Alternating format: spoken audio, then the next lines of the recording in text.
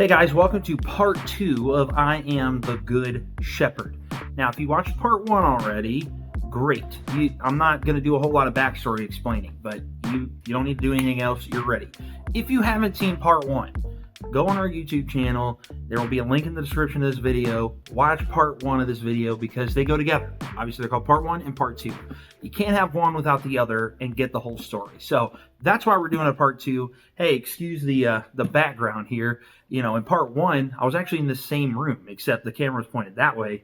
And there's a nice wooden wall with the student's word on it. And this is where we keep all of our quarantine stuff out of the shot. So anyway, welcome to part 2. I'm glad you decided to come here because you didn't have to. So thanks for watching this video. I really think that once we explore a little bit of what happened in John chapter 9, it's going to make what we talked about in part 1 make a whole lot more sense and complete the story. So with that, I'm just going to get right into it. So our I am statement is, I am the good shepherd. Jesus actually says this in chapter 10, but it is prompted by an event and some conversation in chapter 9. So that's what we're going to talk about here. Jesus essentially heals a blind man with a really unique, different kind of tactic. So what he does is, this man who's been blind his whole life, he meets him and basically asks him if he wants to,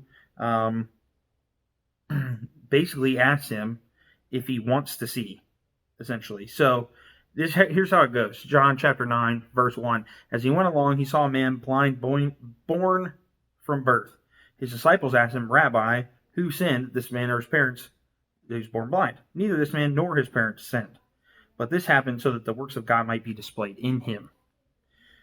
As long as it is day, we must do the works of him who sent me. That means God's works. Night is coming when no one can work. While I am in the world, I am the light of the world. So then Jesus spits on the ground. You know, there's a lot of dirt around. Makes mud out of it, wipes it on the dude's eyes. And you would think in that moment that he's just sort of, well, about how the story's going, you would think that he's then able to see. But no, Jesus tells him, go wash in the pool of Siloam, which is just a nearby pool. These would have been around all over. Don't think pool like the YMCA, just sort of like a pool of water. Anyway, so the dude has to walk with mud on his eyes, however far it is to the pool of Siloam, before he can see. But when he does, he gets there, wipes off the mud with the water, and can see. So people start noticing, right? Because this is a full adult man who has been blind from birth, and suddenly he can see. So people, they take notice. They're like, that dude was blind before, was he not? And people are like, yeah, he definitely was, whatever. So word starts spreading, and he keeps telling them, no, like, that's me. People can't believe it, of course, because it's a miracle. They're like, nah, must be some guy who looks like him. He's like, no, trust me, it was me. And then he retells the story. And the Pharisees hear about it. Now, if you remember from part 1, the Pharisees don't really like Jesus. He's sort of messing up the established order. But they hear about this, so they approach the blind man and basically start grilling him, asking him about... Sorry. By the way, this video is going to be a little more low-key than part 1, because part 1 is the one we're like mainly watching in our group. Part 2 is a little extra study, but anyway... So I just kicked something. It just fell. Anyway, the Pharisees come up to him and basically ask him, like, how did this happen? And so we're in John chapter 9, verse 13. So they brought to the Pharisees the man who had been blind. Now, the day on which Jesus had made the mud and opened the man's eyes was a Sabbath, of course. Therefore, the Pharisees also asked him how he had received his sight. And then the blind man says, he put mud on my eyes, and I washed, and now I see.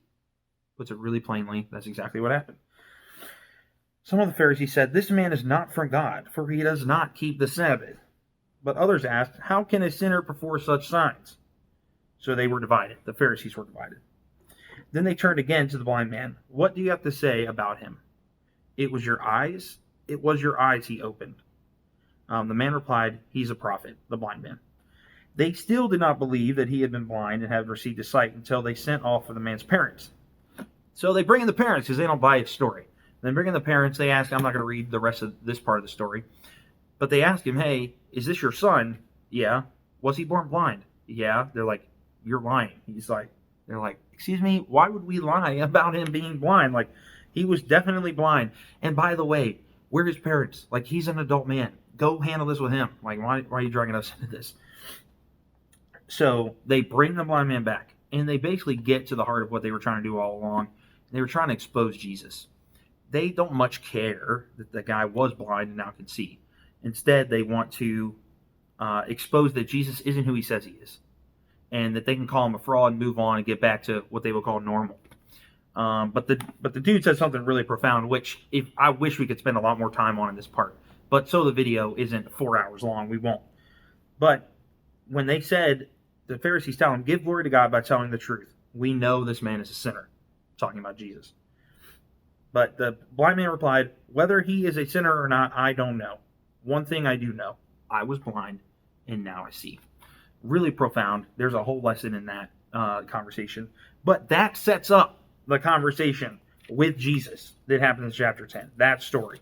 So, he says that, and then they just start insulting him. Basically like, you're lying.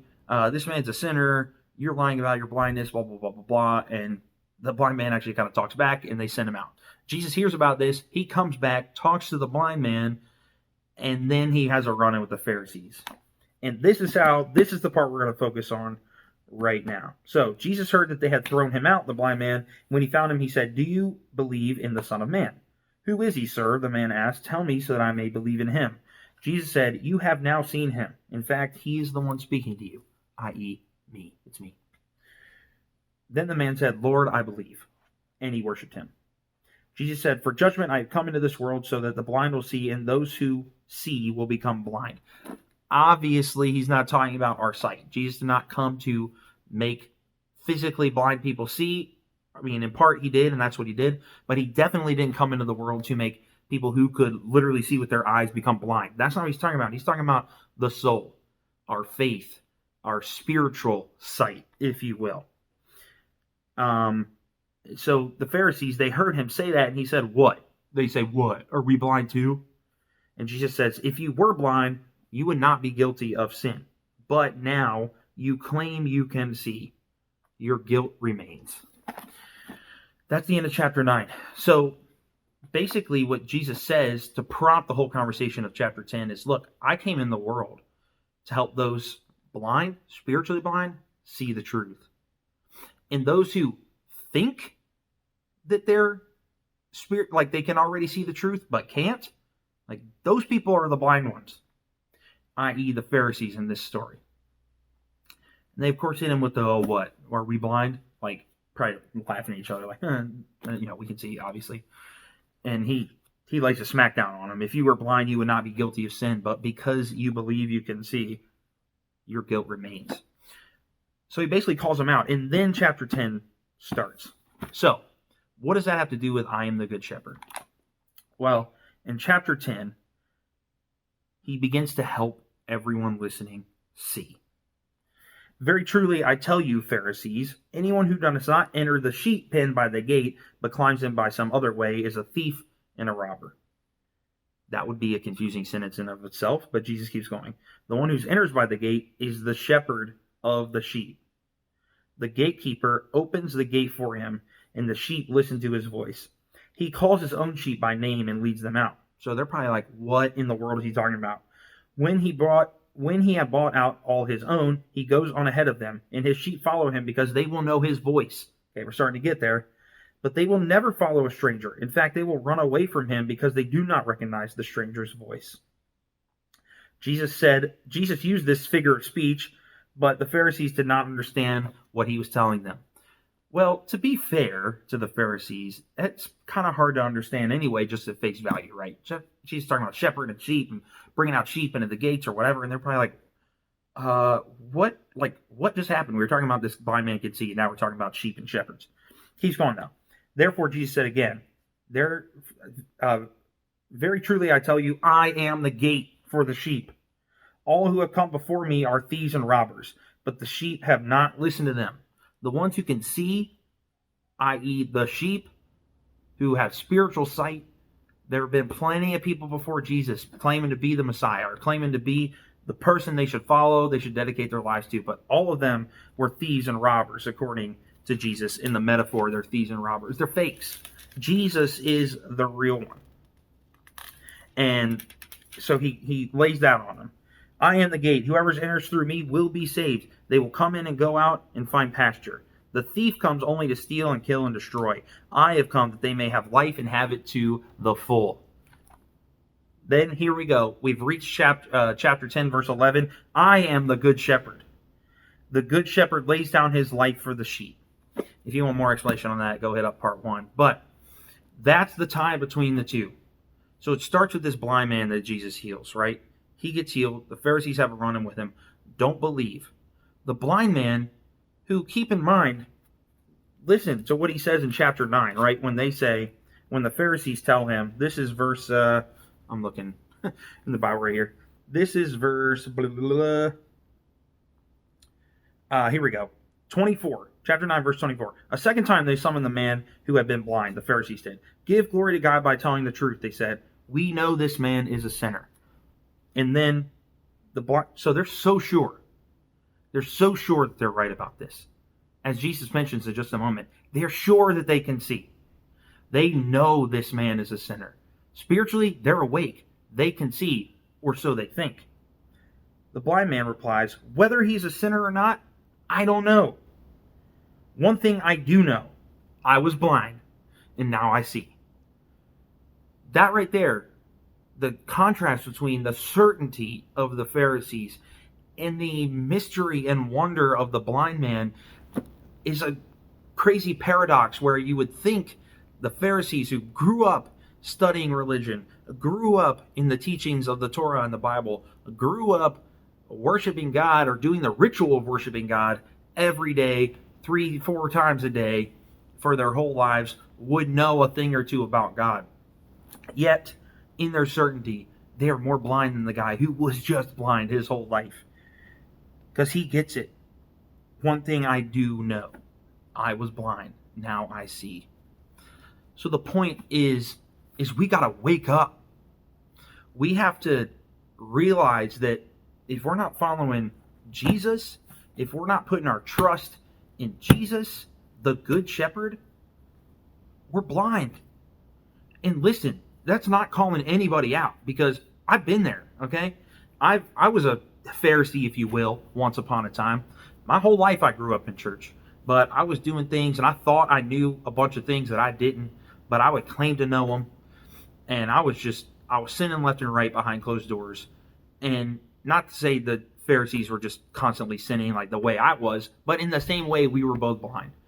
And as Jesus said, because I claimed to know, but I didn't, then I was found guilty. But there's hope for everybody, okay? Because anybody can be made whole, can go from blindness to sight. Just like the blind man was physically, we can all be that way spiritually. Even the Pharisees could be that way. You can be that way. You might think, I've got everything figured out. I don't believe in God, or if I believe in some higher power, but he doesn't really have an interest in my life, and therefore I don't care about him. Or you might even be further along, like, I would like to know more, but I really just don't. Wherever you are on the spectrum, you can have sight. You can receive sight from our God, Jesus, the Good Shepherd. Because once we go from blindness to sight, we'll realize that Jesus longs for each and every one of us to come through the gate, to go through him to the Father, be led by him to the Father. Jesus is the gate. He is the way, the truth, and the life. He is the Good Shepherd. And he's ready to wake us up from our blindness. And that's the part of point 2. You blind people wouldn't really know they were blind unless they were told, right? Think about it. If somebody was born blind and they had no reference to somebody not blind, right? They had nobody to compare themselves to. Like you and me, if you're watching this video with your eyes, like obviously you're not blind. So, but imagine that none of us existed. There was one person and that person was blind. Would that person know they were blind? Probably not, because what would they compare it to? They might just think that's how the world is. They might not know. A lot of people, they just don't know that they're blind. And part of that's on us who can see. We're not showing them the way. We're not inviting them to be a part of the sheep pen. We're not inviting them to follow the Good Shepherd the way we ought to. And so sometimes they just don't have the reference around them. But some people, they're okay with their blindness. And that's okay, I guess. But Jesus wants to give you sight. And the sight that Jesus can give you in your soul, your spirituality, is more beautiful than the sight we can have with our eyes. So I pray for you that if you don't know Jesus, that you would start investigating, that you would join us here on YouTube, watch our previous videos on who God isn't and who He is, and the more to come. I hope that you will pick this up, read it. You can start in John.